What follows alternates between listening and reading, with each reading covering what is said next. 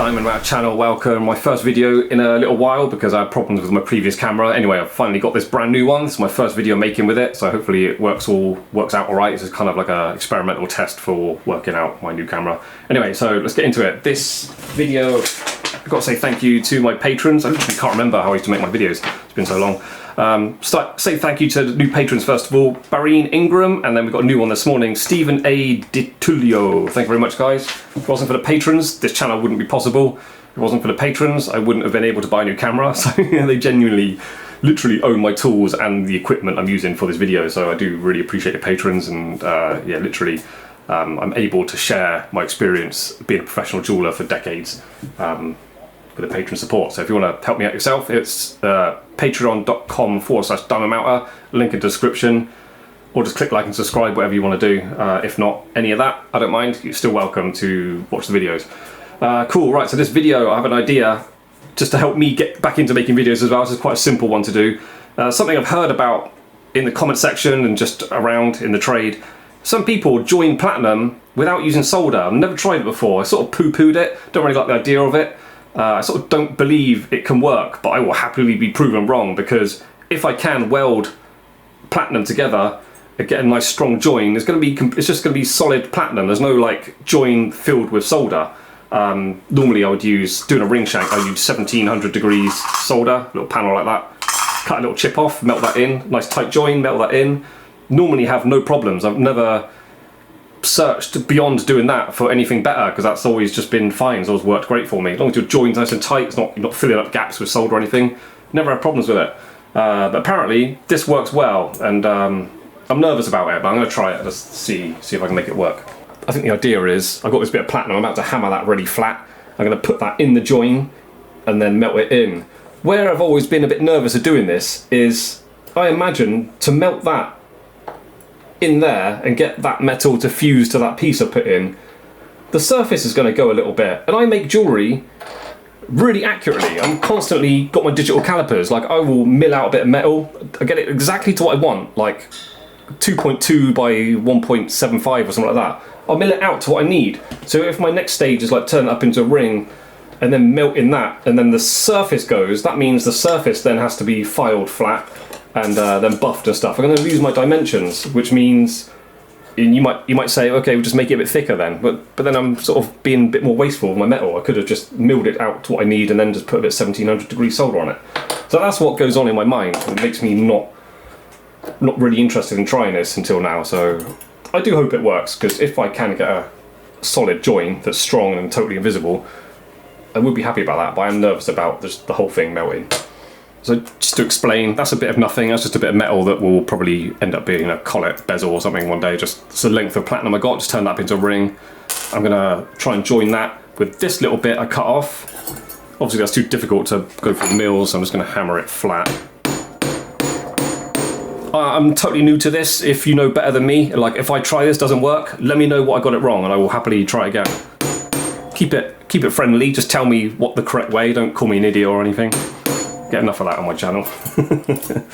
So I'm just going to do what I think is correct, so thinner than that. Never really thought before, you probably don't even need flux, do you?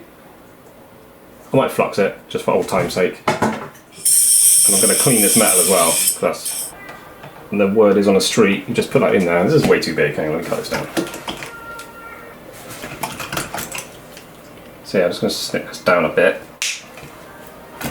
I just can't imagine that melting and fusing those bits together without damaging the surface of my my ring. Anyway, let's just shut up and try it. If this fails, I might try again. That's still a little bit thick, that bit of metal. I don't know what's correct. I like to figure things out the hard way. I find it just more enjoyable way of learning, rather than just running to the internet and asking questions and finding out what to do. That's no fun. I like learning the hard way. So I'll do my own experiments. That bit of metal might be a bit thick. If this doesn't work, I'll thin it out and try again.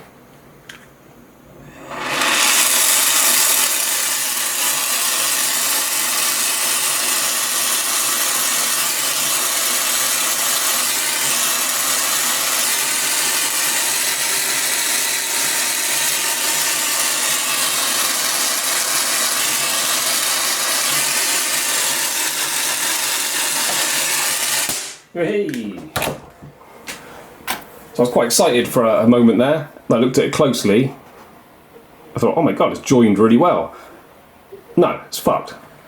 Melted it. Overly melted it. Maybe that's my fault. I'll try it again, but see what it's done to the shank. That, to be repaired, that whole section has to be cut out. I mean, that's like solid platinum, so that can be put in the scrap and reused. But say I'd milled that out, exact dimensions and exact length, that's the only bit of platinum I got.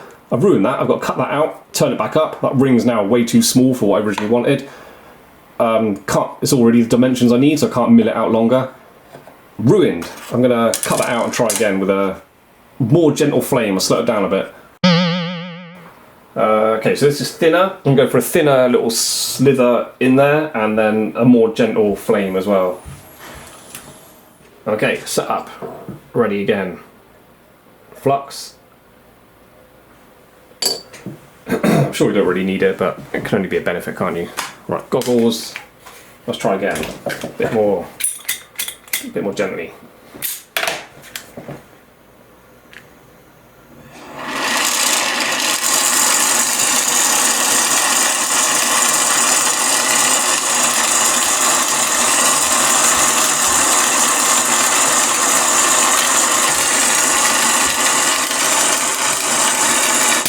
Fucking hell, what's up with this? Anyway, I think my oxygen pressure has changed. I mean, I don't think I could have gone more gently. No, I fucking hate this technique. It's ballsed up the end of the metal again. Load of old crap. I knew it would be. Right, I felt like I was being really careful then. I had to have a really hot flame, but it wasn't too big. So as soon as that slither started to melt, I took the flame off to have a look. And straight away, this is what I said, yeah? I said at the start, you can't melt that sliver. Where is it? You can't melt that sliver without melting the actual metal, the surface of the ring. In my book, that's ruined. Look at it. That's too much damage to file away without totally reducing the width of the ring. That may be joined, that may be strong, maybe an invisible join. But working on the things I work on at my level, that's not acceptable. You can't experiment like that. It's like, I hope I don't melt it. So yeah, if you watching me do this and you're seeing what I'm doing and you know why it's not working, please let me know in the comments. I will happily try this again, because it would be nice to be able to just put a bit of platinum in there and have just solid platinum ring and not worry about joins or anything, just be perfectly strong. That would be great. But exactly what I was suspicious that would happen, happened. You can't have two alloys, the same alloys together, and melt one and not the other one. It's all going to go. My level, my kind of stuff I make, this is not going to work. Way too risky. If I'd spent hours or even days making something and then I try and do a join like that, way too risky. You could ruin days of work working like this. Doesn't work for me. So if you can do it, like, let me try this before you give me advice to make me do it again. Mill out a bit of platinum, 2.5 mil wide, whatever depth you want, just something normal looking for a ring, 2.5 mil wide. Like, say I needed a ring that was 2.5, I'd probably mill it out to 2.6, 2.65, and then after joining it with 1700, I would have a bit of space to file it with a fine tooth file, bit of buffing, and after polishing, I'll end up with 2.5. That's what the customer asked for, that's what they'll get, and I can confirm it with that in front of them. You try it, get a 2.5 mil wide ring finished perfectly using that technique. You probably have to start off with 3 mil wide because there'd be so much filing to do to get rid of that big melted dip either side of your join. Nasty. Yeah, I want it to work. I do want it to work. I think it's nice if it can work, but nah, not for me.